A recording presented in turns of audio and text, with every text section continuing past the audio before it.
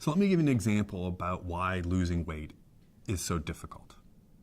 So I'm going to use rats again because it's so much easier to talk about rats and we can control the experiment so much better.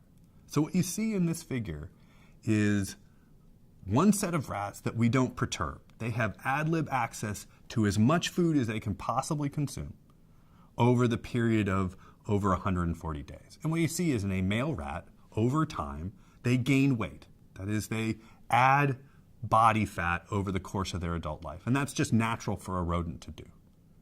What you see in the bottom line is animals that we've actively food restricted. That is, we've limited the amount of calories they consume so that they consume fewer calories than they burn. What you see is that after 140 days, what we do now is give the animal back ad lib access to as much food as it wants to consume. And what you see is that the animal overeats and regains all the lost weight.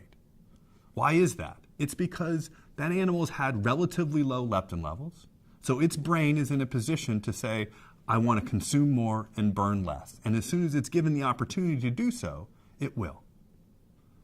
The second point you'll note on this slide, however, is that those animals don't go back to the weight that they started at. They go back to the weight that they should be based on the other group of animals that weren't perturbed. My point here is that what weight you defend is not a static variable. It's a variable that can change over time and over circumstance. But just because the group of animals on the bottom line hadn't ever been at that weight didn't mean that they didn't know what weight they should be and work to actively defend it when they were allowed to do so. So think about this for the patients that you see every day.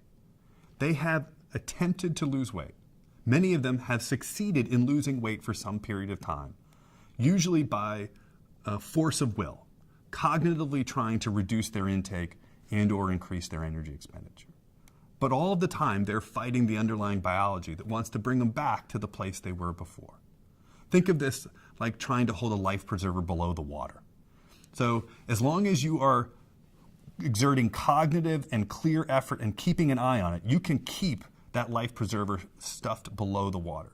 But as soon as you're not paying attention, as soon as you get tired, that life preserver is going to come back to the same place it was before at the surface of the water. So what's important from the patient's perspective is that when we ask them to lose weight by merely exerting cognitive effort to reduce their intake and or increase their energy expenditure, they are going to be fighting these biological systems that are going to want to bring their weight back to the same place it was before.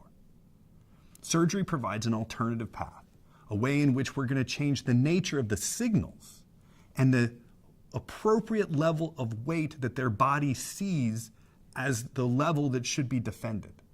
And as such, provides for a larger effect and more durable effect for the vast majority of patients.